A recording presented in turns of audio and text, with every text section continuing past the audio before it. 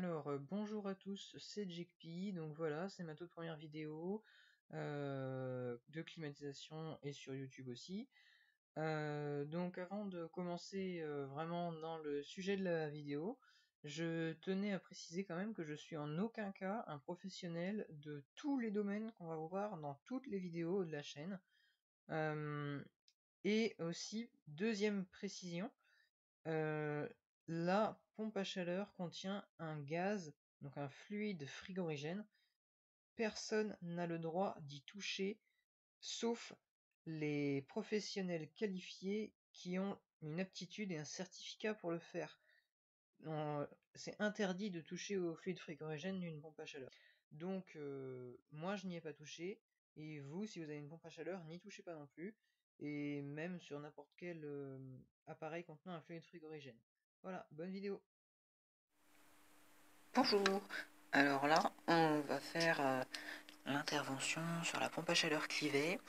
Alors en fait c'est qu'il y avait un problème au niveau du bouton d'arrêt d'urgence là, qui a là où il y a un point noir.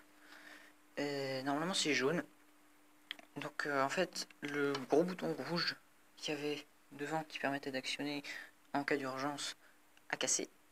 Et du coup je me suis dit que ce serait pas mal d'essayer de le réparer. Donc il y a eu plusieurs trucs, il y a eu un vieux bouton de radiateur là, un truc comme ça, là, juste la coquille de devant, j'avais percé là, au milieu, pour pouvoir faire un bouton rond, etc. Bon, ça marchait pas. Il a cassé et il est tombé par terre en dessous. Donc j'ai pas pu le retrouver. Et c'est plusieurs fois que je le remets déjà, donc ça m'a énervé. Donc je me suis dit, pourquoi pas mettre une vis au milieu. Donc c'est ce qu'on va voir tout à l'heure. Donc là, du coup, je l'ai diffé. Donc, ça c'est un fonctionnement semi-normal. Parce que là, il y a une alarme. C'est quoi ça? Voilà, c'est E16, machin chose, là, c'est celle qui revient tout le temps avec le compresseur numéro 2 temporisé. Et là, voilà, il y a un petit trou, et du coup, c'est là, ça sert d'arrêt général. Et on arrête ça comme ça. Donc, je vais fermer la fenêtre, parce que sinon, on m'entend pas, ça fait trop de bruit. Aïe. Donc voilà, donc là, je vais aller chercher le bouton en bas. Elle est là, la machine. On est juste un petit étage en dessous. Donc là,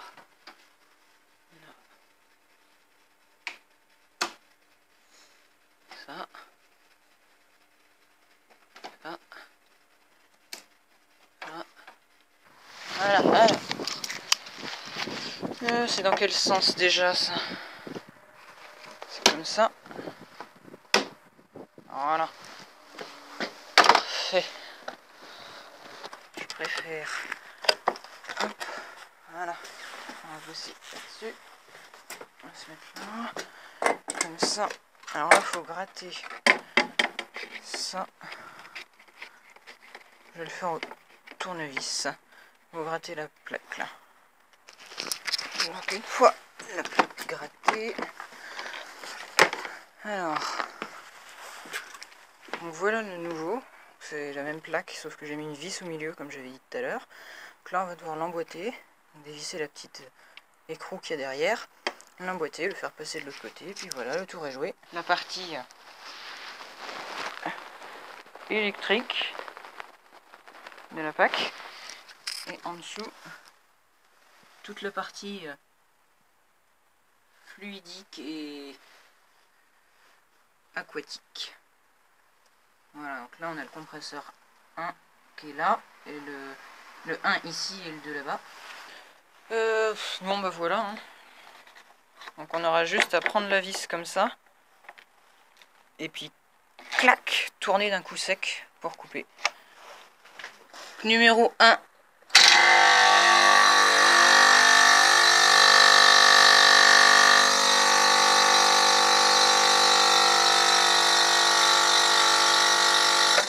Là c'était celui qu'il y avait là. Numéro 2.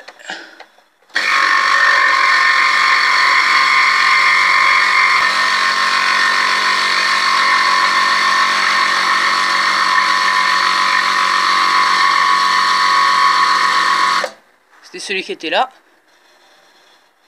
Ah bah purée.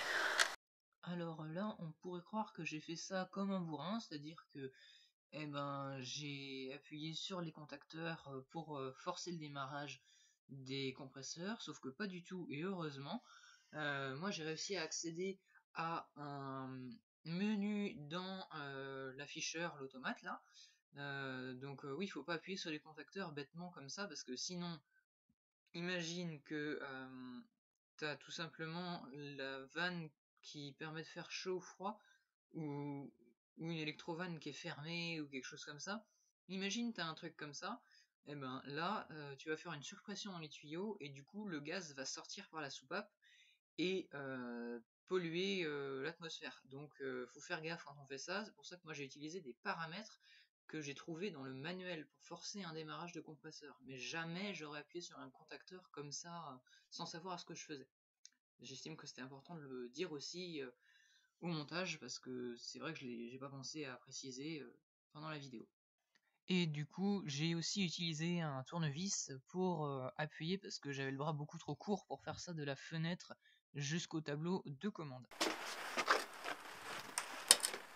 Alors, allez, off. Remettons les 4 vis. Donc et bien voilà, on va pouvoir tester notre bouton qui marche.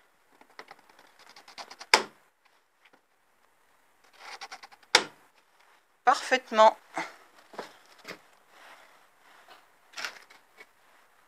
Voilà. Là c'est le numéro 2, mais... La vache, j'ai cru tout à l'heure.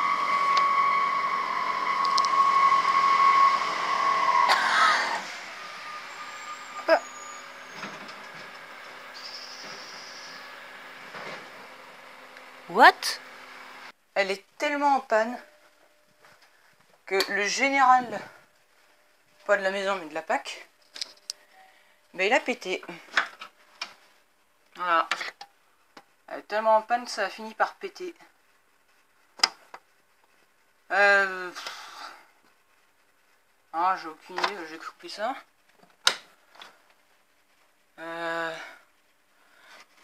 Couper ça. Je vais remettre ça. Ah bah j'ai jeton ce truc là. On va remettre ça. Puis on va remonter. Donc là on a quoi? Ouais, moi je pense que c'est le moteur. Il a fini par consommer tellement de courant, tellement il est bloqué, que ça a fini par doubler le courant consommé. Et vu qu'en bas ça coupe à 40 ampères, il a dû en consommer au moins 80 là.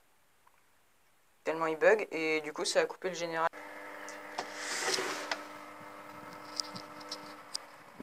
Bah. C'est bizarre ça.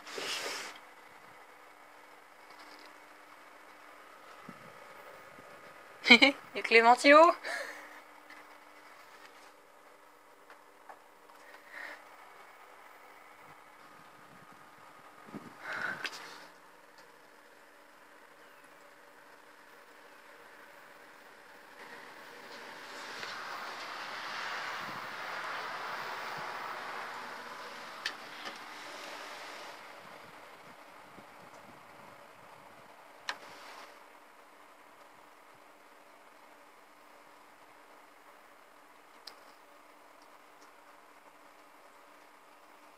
Et ben il s'est coupé. On va pas attendre leur deuxième redémarrage. Je viendrai en plein milieu d'un cycle. Voilà. Voilà, on a le numéro 1 qui est en route. Un bel exemple que ça doit pas faire de bruit. Ah ouais, elle croit qu'il y a le numéro 2 là. Elle est complètement folle. Elle va. Elle ne va pas bien, c'est pas grave. Bon, ben voilà, une intervention encore une fois terminée. Bon, c'est dommage, c'est disjoncté, ça a un peu pourri l'ambiance, mais bon. Fallait bien que ça tombe, hein. Parce que de toute façon, le bruit que ça faisait, ça m'étonne pas. Alors, si vous avez des idées pour les prochaines vidéos, parce que moi, bon voilà, on va dire j'ai peut-être une petite cinquantaine de vidéos déjà montées ou en cours de montage, tout ça, donc qui vont pouvoir sortir. Mais après, peut-être qu'on sera à court d'idées, donc je préfère le dire dès maintenant. Si vous avez des idées, vous les mettez dans les commentaires, je lis les commentaires et sinon par mail, c'est très bien aussi. Voilà, merci et à bientôt pour une prochaine vidéo.